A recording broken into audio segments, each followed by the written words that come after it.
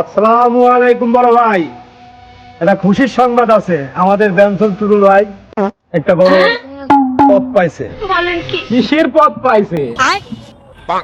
বড় ভাই, পার্টির থেকে দলের থেকে আমি একটা বড় পদ পাইছি বড় ভাই।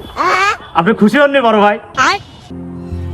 छोटा सा मेरा जहां है বড় মাল ছিড়বি নি। কংগ্রাচুলেশন। বড় ভাই, এটা কি বললেন আপনি বড় ভাই? রে ইংলিশ বুঝিস না তুই?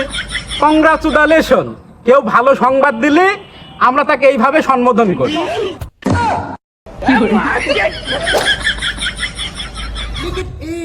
আরে মাসুদ, এই বড় ভাই কি ইংলিশ বললো রে?